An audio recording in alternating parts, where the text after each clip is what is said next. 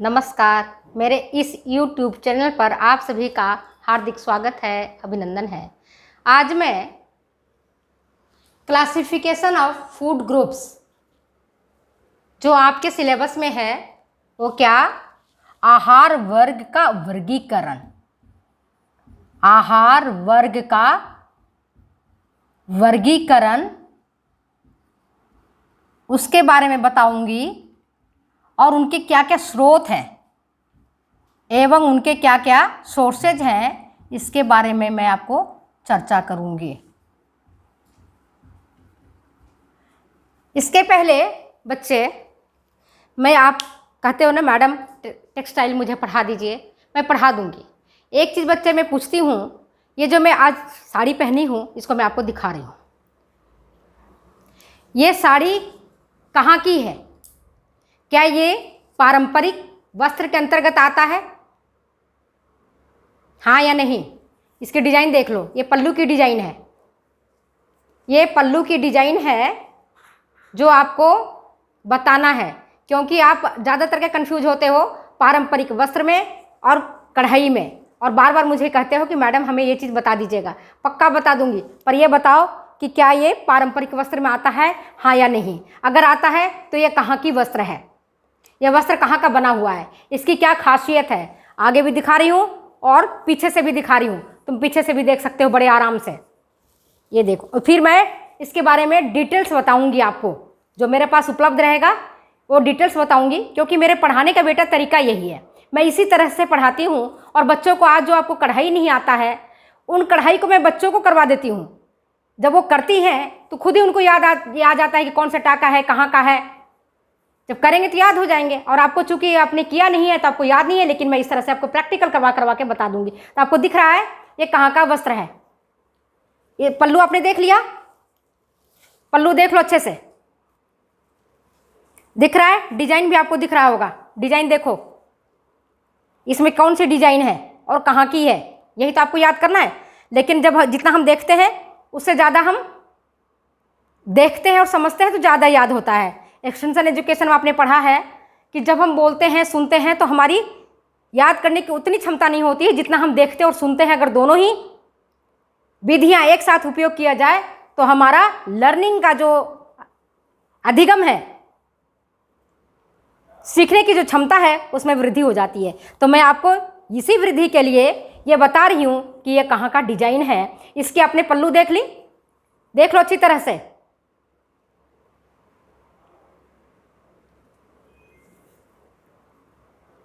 Border भी देख लो, ये साड़ी के बॉर्डर हैं। कहाँ की साड़ी है? क्या परंपरागत साड़ी है तो कहाँ की है? आपको धागा नहीं समझ में आएगा क्योंकि पिक्चर में धागा नहीं दिखाई पड़ता है, तो आप अनुमान लगा सकते हो इसको ट्रांसपेरेंसी से कि किस धागे का बना हुआ हो सकता है और इसकी क्या खासियत है। आपको मैंने डिजाइन बता दिया। अब मैं नेक्स्ट वीडियो जो बताऊंगी आपको, तब आप भारत के परंपरागत वस्त्र में मैं इन सब के बारे में जो मैंने आपको दिखाया है उसके बारे में चर्चा करूंगी। फिर अब हम देखते हैं आहार वर्ग का वर्गीकरण, जो आपके टीजीटी के लिए इंपॉर्टेंट है फूड एंड न्यूट्रिशन में। क्लासिफिकेशन ऑफ फूड ग्रुप्स, पहले भी मैंने आपको बताया था फूड ग्रुप्स क्या है, क्यों इसकी आवश्यकता पड़ी। मैं बार बार आपको कहती हूं कि आप रटो मत, रटोगे भूल जाओगे। फूड ग्रुप्स की क्यों आवश्यकता पड़ी, पहले इसको आवश्यकता को समझो। और कब शुरुआत हुई, इंपॉर्टेंट क्वेश्चंस। फूड ग्रुप्स को सबसे पहले कहाँ शुरुआत हुई, कब शुरुआत हुई? तो 1944 में हुई। डेली डाइट टेबल में इसको समाहित किया गया। क्यों समाहित किया गया? कि हम अपने आहार में क्या चीज़ सम्मिलित करें, अपने भोजन में क्या चीज़ सम्मिलित करें, जिससे कि हमारी जो कार्य क्षमता है बनी रहे। बैलेंस डाइट, संतुलित भोजन के लिए, संतुलित आहार के लिए हमें फूड ग्रुप्स में जो भोजन उपलब्ध है उन सबको शामिल किया जाना नितांत आवश्यक है। क्यों? बैलेंस डाइट के लिए। बैलेंस डाइट किसके लिए, क्यों हम करते हैं बैलेंस डाइट, क्यों खाना चाहते हैं? क्योंकि हमारी शरीर स्वस्थ रहे और हमारी कार्य क्षमता बढ़े, है ना, हमारी वर्किंग एफिशिएंसी बढ़े। अगर हम बीमार होंगे तो क्या हमारी वर्किंग एफिशिएंसी बढ़ेगी? नहीं बढ़ेगी ना। तो आप ये देखो, अब फूड ग्रुप्स की हम बात करते हैं तो कन्वेंशनली परंपरागत रूप से जो फूड ग्रुप्स का क्लासिफिकेशन किया गया, वर्गीकरण किया गया था, वो 4 वर्गों में किया गया। समझ गए? परंपरागत रूप से, कन्वेंशनली। और ICMR, Indian council of medical research, Indian council of medical research आप जानते हो, इंडियन भारतीय चिकित्सा शोध अनुसंधान, यही हुआ ना काउंसिल, परिषद। भारतीय चिकित्सा या भारतीय, ये मेडिकल को आयुर्विज्ञान भी बोलते हैं, चिकित्सा भी बोलो, कुछ भी बोल सकते हो। रिसर्च इज शोध, काउंसिल इज परिषद। तो आईसीएमआर ने इसको, भोज्य समूह को 5 वर्गों में क्लासिफाई किया है। वहीं भोज्य गाइड ने 5 वर्गों में क्लासिफाई किया है। Agriculture department USA, United states of America, संयुक्त राज्य अमेरिका के कृषि विभाग ने 11 भागों में भोज्य समूह को विभाजित किया है। आपको बात समझ में आ गई होगी। आज हम कन्वेंशनली पर थोड़ा सा चर्चा करते हैं। कन्वेंशनली ऐसे समझो कि हम अपने खाने में क्या खाते हैं। भोज्य समूह वही चीज़ है ना जो हमारे दादा दादी नाना नानी हमें खिलाते आ रहे हैं। तो रटो मत, क्या खाते हैं। हमारी रोटी, हमारे भोजन में क्या रहता है थाली में? पहले रोटी या सब भात, अब भात के साथ दाल, और उसके बाद सब्जी, है ना। तो पहला ग्रुप हो गया सीरियल्स का। सीरियल्स में चाहे भात चावल खाओ या रोटी किसी भी चीज़ का खा सकते हो, मड़ुआ का या बाजरा का या मक्की का या गेहूं का, है ना। तो कन्वेंशनली के कितने चीज़ों में डिवाइड किया गया? 4 भागों में, जिसमें अनाज और दाल को एक साथ सम्मिलित किया गया। अनाज और दाल को मतलब रोटी दाल, दाल चावल, खिचड़ी खाते ही थे। और उसके बाद वेजिटेबल एंड फ्रूट्स को सम्मिलित किया गया। दूसरा नंबर पर कौन से आया? याद करने के हिसाब से बता रही हूं मैं आपको, रट जाओ बिल्कुल। कैसे? पहले हम क्या खाते? अपनी थाली निहारो। रोज खाने में क्या खाती हो? बच्चों को क्या देती हो? परिवार वाले को क्या देती हो? यही देती हो ना। क्या देती हो? रोटी, दाल, सब्जी, सुबह शाम में कोई फ्रूट, और फिर दूध और दूध से बने भोज्य पदार्थ, और लास्ट में जिसके पास पैसा ज़्यादा रहता है वो घी भी खाते हैं, मक्खन भी खाते हैं और सूखे मेवे भी खाते हैं। याद आ गया? इसको 4 भागों में कन्वेंशनली इसको डिवाइड किया गया। Cereals, millets, pulses first group. Second group में vegetables and fruits. Third group में दूध और दूध से बने प्रोडक्ट। फोर्थ ग्रुप में फैट, ऑयल और नट्स। अब सीरियल्स देखो। सीरियल्स मतलब सीरियल्स कहाँ की है, कहाँ की वर्ड है ये क्वेश्चन आ सकते हैं। सीरियल सीरीज से बना है। किससे बना है? सीरीज। सीरीज यूनानी वर्ड है, यूनान की, याद रखना यूनान का वर्ड है। जो सीरीज देवी थी, देवी मानी जाती थी, जो फसलों की सुरक्षा करती थी, अनाज की सुरक्षा करती थी, और उन देवी के नाम पर, उनके सम्मान में सीरियल्स रखा गया। अब पूरे अनाज को, जितने भी प्रकार के अनाज हैं जो तुम्हें याद होगा, अनाज के नाम पर आप सब जानती हो। अनाज हम क्या खाते हैं? गेहूं खाते हैं, जौ खाते हैं, बाजरा खाते हैं, मक्का खाते हैं या रागी खाते हैं, मड़ुआ खाते हैं। अब मड़ुआ को मिलेट्स कहते हैं, बाजरा को मिलेट्स कहते हैं। क्यों? इनकी बीजों की संख्या मिलियंस में होती है, गिन नहीं सकते हो आप कितनी है, इसलिए इसका नाम मिलेट्स पड़ा है।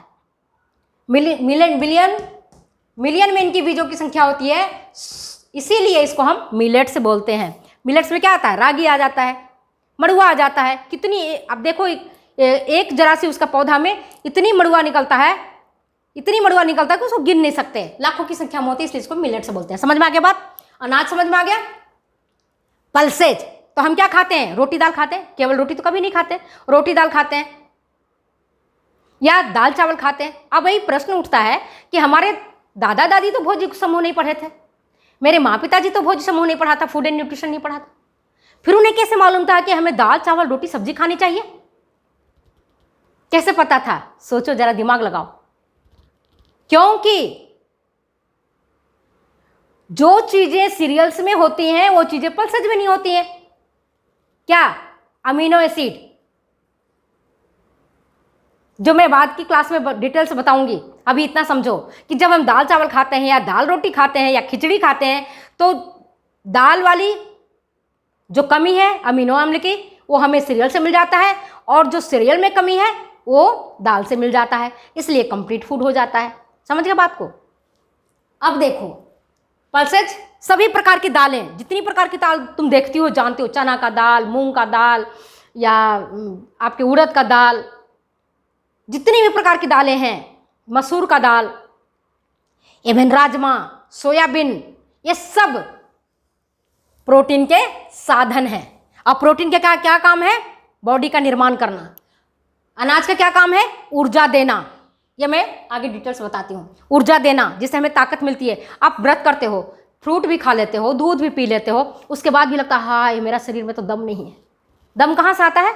जब हम रोटी सब्जी दाल खा लेते हैं तो लगता है हाँ मेरा पेट भर गया, है कि नहीं? तो कहाँ से मिला हमें कहाँ से मिला? अनाज से मिला। और इसके बाद दाल चावल रोटी सब्जी भी लेते हैं साथ में, और फ्रूट भी, ठीक है ना? तो दूसरे ग्रुप में इसको रखा गया है, वेजिटेबल एंड फ्रूट को। अपने थाली में देखो ना, टिफिन में क्या डालती हो? रोटी सब्जी दाल चावल। डेली हमारे खाने में यही बनता है, रोटी सब्जी दाल चावल, और फ्रूट हम लेते ही हैं। सब जो मौसम की सब फल हैं वो कभी केला, कभी लीची, कभी जामुन, कभी आम, जो भी फल हमारे अवेलेबल होता है वो हम खाते ही खाते हैं। और तीसरे नंबर पर है मिल्क एंड मिल्क प्रोडक्ट्स। जो छोटे बच्चों के लिए दूध तो नितांत आवश्यक है, जो वृद्ध हैं उनको भी दूध देते हैं। बाकी बच्चे हम लोग में सोचते हैं कि भाई जब बड़े को दूध मिल जाए, छोटे को मिल जाए, तब हमें मिलनी चाहिए। तब हम क्या करते हैं? दूध में अगर जिसके पास पैसा हो तो चलो दूध ले लेते हैं, रात में सोते समय भी लेते हैं, ब्रेकफास्ट में भी एक ग्लास दूध लेते हैं। लेकिन जिनके पास नहीं रहता वो क्या करते हैं? दही जमा लेते हैं और दही से फिर छाछ बना लेते हैं, छाछ को अपने भोजन में लेते हैं, ठीक है? तो दूध में क्या मिलता है? कैल्शियम एंड फास्फोरस, जो हमारी हड्डियों को मजबूत करता है और हड्डियां हमारी मजबूत बनी रहती हैं। समझ गए बात को? Milk and milk products. अब आते चौथे नंबर पर, फैट, ऑयल एंड नट्स। चौथे नंबर पर सब्जी बनाओगी तो कैसे बनाओगी? कहाँ से स्वाद आएगा सब्जियों में? ऐसे याद करो, तेल चाहिए ना, तो तेल चौथे नंबर पर है। अगर तुम्हारे पास ज़्यादा है, घर में गाय वगैरह है, तो आप पराठे बनाते हो, घी में बनाते हो, बटर ले खाते हो। और नट्स, जिनके पास पैसा होता है बादाम भी खाते हैं, पिस्ता भी खाते हैं, काजू भी खाते हैं। तो ये चौथे नंबर पर है। आपको कन्वेंशनली समझ में आ गया बात कि पारंपरिक रूप से हमारे भोज्य समूह को 4 वर्गों में डिवाइड किया गया है।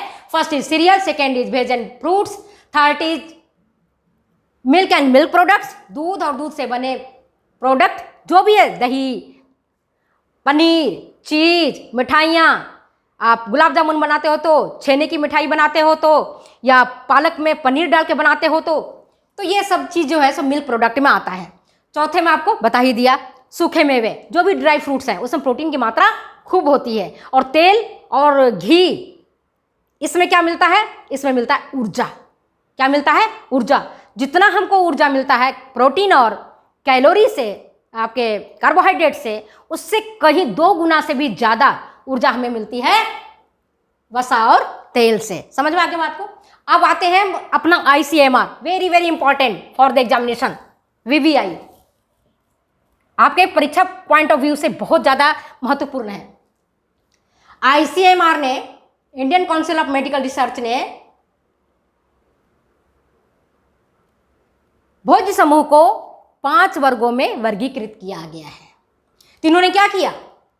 देखो, इन्होंने क्या किया? सीरियल्स, जो सबको अनाज तो खाना ही पड़ता है, अनाज को इन्होंने पहले नंबर पर रख लिया। इसको मैं डिटेल्स बता रही हूँ। अनाज को पहले नंबर पर रख लिया। किसी की भी थाली देखो, चाहे वो ब्रेड खाता हो या पिज्जा खाता हो, तो उसका बेस तो भैया सीरियल ही है। पोहा खाओ, बेस उसका सीरियल ही है। तो इन्होंने क्या किया? Cereals and grains and grain products, अनाज और अनाज से बने उत्पाद में क्या आता है? पोहा, जिसको चूड़ा, भूंजा चावल वाले कहते हैं ना, फरी जिसको बोलते हैं, कई जगहों में इसको फूला बोलते हैं, अलग अलग जगहों में बोलते हैं। है तो अनाज का ही उत्पाद ना, है कि नहीं है? सत्तू भी लोग डालते हैं, सत्तू में मिला देते हैं सतंजा का, 7 अनाजों को सत्तू बनाते हैं, जिसमें गेहूं, जौ, धान और कई सारे दालें, है ना, चना, मसूर, इनको मिला करके सत्तू बना देते हैं, वो यूज में लेते हैं। तो ICMR ने याद करने की दृष्टि से याद रखना, सबसे पहला अनाज है हमारी थाली में पहले रोटी जाती है, तो पहले रोटी का याद रखना। और रोटी या रोटी से बने प्रोडक्ट, चाहे वो तुम ब्रेड खा लो, या तुम पोहा खा लो, या सूजी का हलवा खा लो, या सूजी का उपमा खा लो, या सेवइयों की खीर खा लो, जो समझ में आए, लेकिन ये पहले नंबर पर है सीरियल। अब ये देखो मेन न्यूट्रिएंट्स इसमें क्या है, मुख्य पोषक तत्व क्या है, मुख्य पोषक तत्व इसमें कौन कौन से हैं। पहले क्या सीरियल देता है, एनर्जी, एनर्जी प्रोवाइड करता है, ऊर्जा देता है, ऊर्जा उत्पादक मुख्य भोज्य पदार्थ है। प्रोटीन थोड़ी मात्रा में होता है, कम मात्रा में, है ना। सबसे ज्यादा प्रोटीन जो होता है मांस मछली में होता है, इसमें प्रोटीन होता है लेकिन लेस मात्रा में, निकृष्ट प्रकार के प्रोटीन समझो। इनविजिबल फैट, इनविजिबल फैट कोई भी भोजन लो उसमें अदृश्य रूप में वसा देखने को मिलती है। वसा के तो मुख्य स्रोत है, जैसे घी है, तेल है, चाहे सरसों का तेल ले लो, तीसी का तेल ले लो, तिल का तेल ले लो, किसी का भी तेल का ले लो, नारियल का तेल ले लो, उसमें पूरा फैट होता है, वसा होता है। लेकिन जो तुम खाती हो अनाज, उसमें भी तेल रहता है, जैसे गेहूं, चावल, लेकिन वो अदृश्य रूप में रहता है, तुमको दिखाई नहीं पड़ता है। इसीलिए कम तेल में भी हम अगर खाना पकाते हैं तो हमारी जितनी आवश्यकता है उसकी लगभग पूर्ति हो जाती है।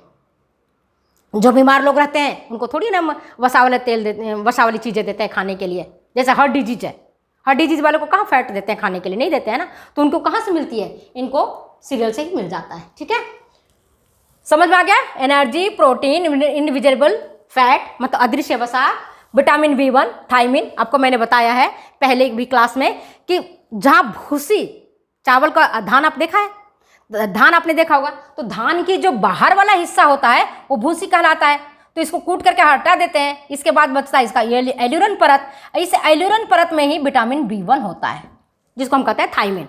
समझ गए बात को। तो विटामिन B1 होता है, फिर विटामिन B2 जिसको हम कहते हैं राइबोफ्लेविन, ये इसमें मिलता है, फॉलिक एसिड मिलता है, आयरन मिलता है और फाइबर, रेशा मिलता है इनमें। ठीक है, इसीलिए कहते हैं हम कि जब चावल है उसको ज़्यादा रगड़ रगड़ के मत धो। हम क्या करते हैं, गृहिणी बड़ा होशियार बनते हैं। चावल पहले भी हमारी माएँ जब कूटती थी धान को और चावल बनाती थी, तो चावल का ऊपर का हिस्सा हम देखे हुए हैं, ब्राउनिश होता है, और उसको और छाँटती थी, और छाँटो इसके कचरा और निकालो। कचरा नहीं होता था, वो थायमिन होता था, राइबोफ्लेविन होता था, जो कि कूट छाँट करके उसको निकालते थे। और जब हमारी चाची लोग जाती थी उसको रगड़ रगड़ के धोती थी, जबकि उसका बहुत सारा प्रोडक्ट उसका बाहर निकल जाता था। फिर खाना तब कुकर था नहीं, खाना बनता था तसला में या हांडी में, तो उसका माड़ी पसा के फेंक देती थी। तो हम क्या खाते थे, हम तो सिट्टे सिट्टे खा लिए चावल का, और जो प्रोटीन इसका जो विटामिन था वो बाहर निकल गया, B1 B2 तो बाहर ही निकल गया, मैक्सिमम बाहर निकल गया धोने में। कुछ तो कुटाई के समय निकला, कुछ धोने में निकला, और कुछ माड़ के रूप में निकल गया। ठीक है, विटामिन B1 B2। B1 क्या करता है आपको पता है, थायमिन, थायमिन की कमी से बेरी बेरी रोग। विटामिन B2 ये राइबोफ्लेविनेसिस, जब मैं आपको विटामिन पढ़ाऊंगी तब इसके बारे में बताऊंगी। फॉलिक एसिड, फॉलिक एसिड क्या करता है आपको बताए थे, एनीमिया से हमें सुरक्षा करता है। आयरन और फाइबर, रेशा क्या करता है, इसीलिए कहते हैं ना कि जब आटा पिसवाओ तो उसको छान के मत खाओ, छान के खाओगे चोकर बाहर निकाल दोगे, तो चोकर में ही तो थायमिन है, राइबोफ्लेविन है, उसको तुमने बाहर निकाल दिया, साथ में रेशा भी बाहर निकाल दिया। तो रेशा जो बाहर निकाल दिया तो हमारी बॉडी का जो डाइजेशन पार्ट है उसमें बड़ा हेल्प करता है फाइबर, रेशा। डाइटरी फाइबर तो अलग चीज़ होती है, पर इसमें जो फाइबर है वो रेशा हेल्प करता है, और क्रमानुकुंचन गति में ये मदद करता है, भोजन को आगे की ओर धकेल देता है, स्मॉल इंटेस्टाइन से ले जाता है लार्ज इंटेस्टाइन में, पानी के ऑब्जर्व करता है, जिसके कारण मल फूल जाता है, हमारा लेट्रिन फूल जाता है, और निष्कासन में मदद मिलती है। कॉन्स्टिपेशन नहीं होता है, कब्ज नहीं होता है, क्योंकि कई सारी बीमारियों का जड़ तो कब्ज है, कब्ज हटा और बीमारी से हमें छुटकारा मिला। समझ गए बात को। तो इसमें आयरन फाइबर मिलता है। अब आते हैं पल्सेज और दाल में, इन्होंने क्या किया, इसको से अलग कर दिया, दूसरे नंबर पर ले आए। कन्वेंशनली ये फर्स्ट नंबर पर था, दोनों चीजें मिला दिया गया था, दाल चावल एक साथ, दाल रोटी एक साथ। इन्होंने कहा कि नहीं भैया दाल को अलग रखो। ICMR ने कहा नहीं, दाल को बिल्कुल ही अलग रखो, क्योंकि दाल में बाकी सभी चीजें जो भी मैंने बताया, energy, protein, invisible fat, B1 B2, folic acid, iron, fibre सब मिलता है, लेकिन पल्सेज में प्रोटीन की मात्रा ज्यादा होती है, प्रोटीन की मात्रा ज्यादा होती है, और इसमें कैल्शियम भी होता है। इसका न्यूट्रिएंट्स देखना, इसमें कैल्शियम भी होता है, लेकिन सबसे ज़्यादा जो है इनकी तुलना में क्या होता है, प्रोटीन। इसमें प्रोटीन की मात्रा ज़्यादा होती है, इसीलिए रोटी के साथ दाल खाओ, चावल के साथ दाल खाओ, खिचड़ी खाओ, ठीक है। ये प्रोटीन समझ में आ गया। सभी प्रकार की दालें अभी मैंने बताई, जितनी भी प्रकार की दाल तुम्हें याद है, लोबिया से लेकर के आपके राजमा से लेकर के जितनी भी चीज़ें दाल अपन खाते हैं, चना दाल, अरहर दाल, तुअर दाल, जिसको जिसको जो बोलते हो, सभी प्रकार की दालें और लेग्यूम्स, लेग्यूम्स कहते हैं फलियों को, जैसे सेम की फली है, ग्वार की फली है, इनमें भी प्रोटीन की मात्रा प्रचुर होती है, ठीक है। अब तीसरे में आ जाओ। तीसरा जो फूड ग्रुप्स में है वो है मिल्क एंड मिल्क प्रोडक्ट्स, दूध और दूध से बने उत्पाद। तीसरे नंबर पर सीरियल्स में क्या किया इन्होंने, पहला याद रहेगा तो दूसरा भी तुम्हें याद रहेगा। पहला सीरियल्स मिलेट्स एक साथ ले लिया, इन्होंने क्या किया, सीरियल्स एंड ग्रेन्स एंड उसके प्रोडक्ट्स को एक साथ ले लिया। मिलेट्स भी इसी में आता है, सीरियल्स में ही आता है, याद रखना, मिलेट्स अलग ग्रुप नहीं है। तो मिल्क एंड मिल्क प्रोडक्ट्स में मीट, फिश, एग, लीवर।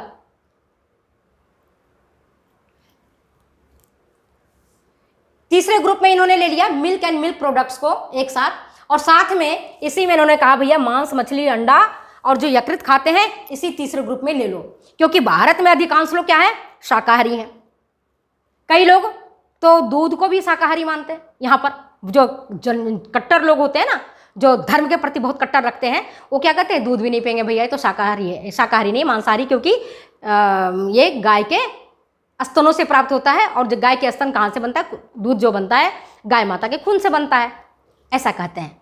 तो कई लोग जो कट्टर होते हैं दूध भी नहीं पीते हैं, लेकिन अपने को लेना पड़ेगा फैट, प्रोटीन। इसमें क्या मिलता है, दूध में फैट मिलेगा, प्रोटीन मिलेगा, विटामिन B2, B12 और कैल्शियम। समझ गए बात को। मिल्क एंड मिल्क प्रोडक्ट में बता दिया मैंने, दूध और दूध से बने पदार्थ। दूध से क्या मिलता है, फैट मिलता है, तभी तो दूध से मक्खन बनता है, मक्खन से घी बनता है।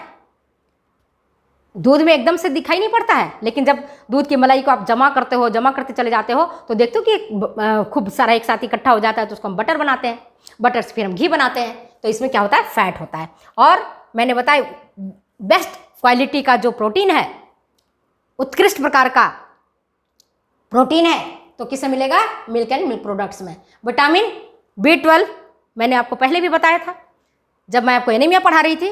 विटामिन B12 शाकाहारी भोज्य पदार्थों में नहीं मिलता है, ये मिलेगा प्राणिज भोज्य पदार्थों में। किसमें मिलेगा, ये प्राणिज भोज्य पदार्थों में मिलेगा, और किसी दूसरे में ये नहीं मिलता है। तो ये प्राणिज भोज्य पदार्थ जो हम प्राणी से प्राप्त करते हैं, जैसे दूध हुआ हमें जानवरों से प्राप्त होता है, मांस जानवरों से प्राप्त होता है, अंडा जानवरों से प्राप्त होता है, लीवर जानवरों से प्राप्त होता है। तो इनमें उत्कृष्ट प्रकार का प्रोटीन होता है, विटामिन B12 की मात्रा खूब होती है, और कैल्शियम भी इसमें होता है। लीवर में तो आयरन भी खूब होता है, खूब मात्रा में। एग में फैट भी होता है, जो पीला वाला पार्ट है। इसलिए लोग कहते हैं ना, जो लोग मोटे लोग होते हैं, कि भैया एक का पीला वाला भाग हटा दो और सफ़ेद वाले भाग खा लो। समझ गए। चौथे नंबर में, first number cereals, grains and products. Second number में दालें और लेग्यूम्स। थर्ड नंबर में मिल्क एंड मिल्क प्रोडक्ट्स। चौथे नंबर में आता है फ्रूट्स एंड वेजिटेबल्स। इन्होंने क्या कहा कि भैया ICMR ने रिफाइंड कर दिया कि चौथे नंबर पर सब्जी को और फलों को रखो, जिसमें ग्रीन लीफी वेजिटेबल्स, हरे पत्तेदार सब्जियां, और अदर वेजिटेबल्स, दो भागों में बांट दिया गया। फ्रूट्स एंड वेजिटेबल्स में ग्रीन लीफी वेजिटेबल्स, जो हरी पत्तेदार सब्जियां। हरी पत्तेदार सब्जियां आप सब जानते हो, देख लो जाके बाजार में, घर में भी आसपास देखो क्या है, चौलाई का साग, सहजन की पत्तियां, सरसों का साग, मेथी, और आपके पालक, बथुआ, मूली का पत्ता, कई सारी जो खाने योग्य पत्तियां होती हैं, उनमें क्या मिलता है, कैरोटीनॉइड्स, फॉलिक अम्ल, कैल्शियम, फाइबर और vitamin B2, iron, invisible fats तो सब में मिलेगा। जो कोई भी खाद्य पदार्थ ले लो, कुछ न कुछ मात्रा में उसमें रहता ही है। कैरोटीनॉइड्स क्या है, डायरेक्ट विटामिन ए इसमें नहीं होता है। ये कैरोटीनॉइड्स ही हमारी बॉडी में जा करके एक बदल जाता है, किसमें, विटामिन ए में, और जो हमारी आंखों के स्वास्थ्य के लिए नितांत जरूरी है।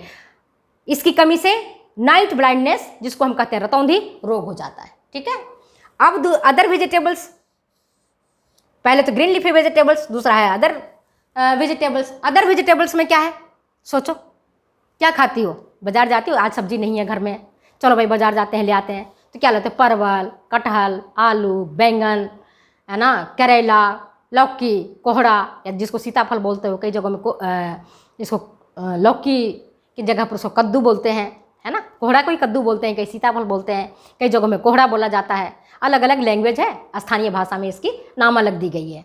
तो ये सब सब्जियां जो मार्केट में आप देखते हो, ये सब सब्जियां को शामिल अपने आहार में भोज्य समूह में करते हैं। इसमें क्या मिलता है? मेन न्यूट्रिएंट्स में कैरोटीनॉइड्स। कैरोटीनॉइड्स किसमें मिलेगा? पीले फल में और पीली सब्जियां में।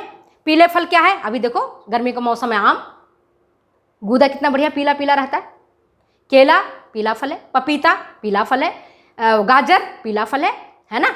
तो और पीली आपके कोहड़ा देखो, पका हुआ कोहड़ा अंदर से पीला पीला दिखता है। तो इसमें कैरोटीनॉइड्स की मात्रा होती है। फॉलिक एसिड, कैल्शियम और फाइबर, रेशे खूब होते हैं इसमें, है ना। और रेशा के बारे में मैंने आपको बता दिया, क्या होता है रेशा। रेशे में कोई पौष्टिक मूल्य नहीं होता। अगर क्वेश्चन पूछा जाए रेशे में कौन सा पौष्टिक मूल्य होता है, आप कहोगे कुछ भी नहीं होता, जीरो होता है। क्या काम है? क्योंकि हमारी बॉडी मूवमेंट में ये मदद करता है, इसका पेरिस्टाल्टिक मूवमेंट में, और भोजन को आगे की ओर धकेलता है, भोजन को पचाने में एक तरह से सहयोग करता है, और मल को फुला देता है, पानी को एब्जॉर्ब करता है, कॉन्स्टिपेशन को दूर करता है। और कॉन्स्टिपेशन को दूर करेगा तो आधी बीमारी दूर हो जाएगी। बहुत लोग कहते हैं ना, अरे पेट फूल रहा है, कॉन्स्टिपेशन हो गया, कब्जियत रहता है, तो कब्जियत को दूर करने के लिए आपको ये ग्रीन लीफी वेजिटेबल्स और अदर वेजिटेबल्स भी खानी चाहिए। ठीक है, आप देखते हो 5वें नंबर पर फैट एंड शुगर को रखा गया है। फैट एंड शुगर, वसा। वसा में आपको बता ही दिए क्या मिलता है इसमें? एनर्जी, ऊर्जा, और क्या मिलेगा? फैट मिलेगा। फैट किसमें मिलेगा? जैसे आपके घी है, मक्खन है, और क्या मिलेगा? एसेंशियल फैटी एसिड, आवश्यक वसीय अम्ल, ये इसमें मिलता है, एसेंशियल फैटी एसिड फैट में। और शुगर में क्या मिलेगा? केवल एनर्जी देता है। अगर परीक्षा में पूछा जाए कि केवल ऊर्जा देने वाले भोज्य पदार्थ बताओ, केवल ऊर्जा देने वाले भोज्य पदार्थ, कंफ्यूज हो जाओगे कि किस क्या है।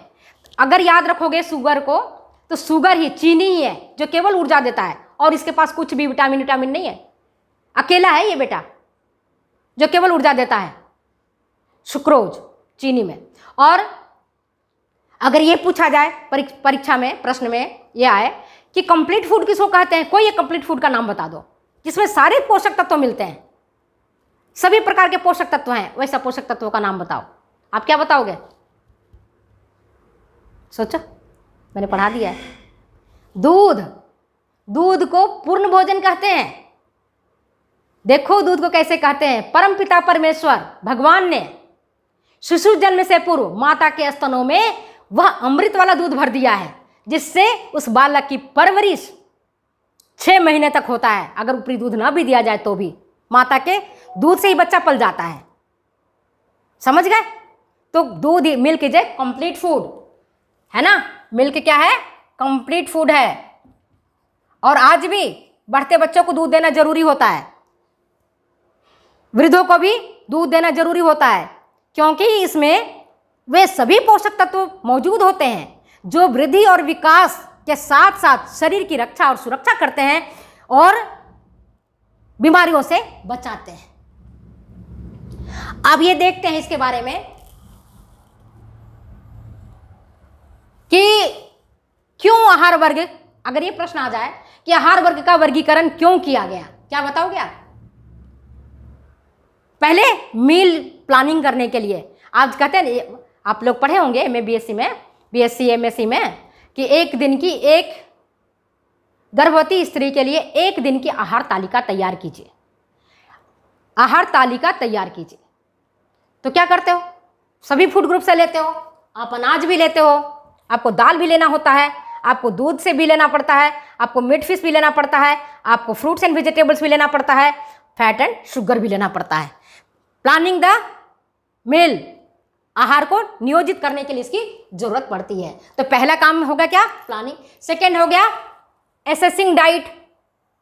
कौन व्यक्ति कैसा खाना खाता है उसे पूछ सकते हो, भाई तेरे घर में क्या बना, नाश्ते में क्या करी, दोपहर क्या खाई, रात में क्या खाई। तुम्हारे घर अगर 1 सप्ताह या 10 दिन का आप देख लोगे तो आपको पता चल जाएगा कि उसकी एसेसिंग डाइट कैसा है, मतलब उसकी वो नित्य प्रति आहार में क्या चीज़ ग्रहण करता है। उससे उसको क्या पता चल जाएगा कि आर्थिक स्थिति कैसा है।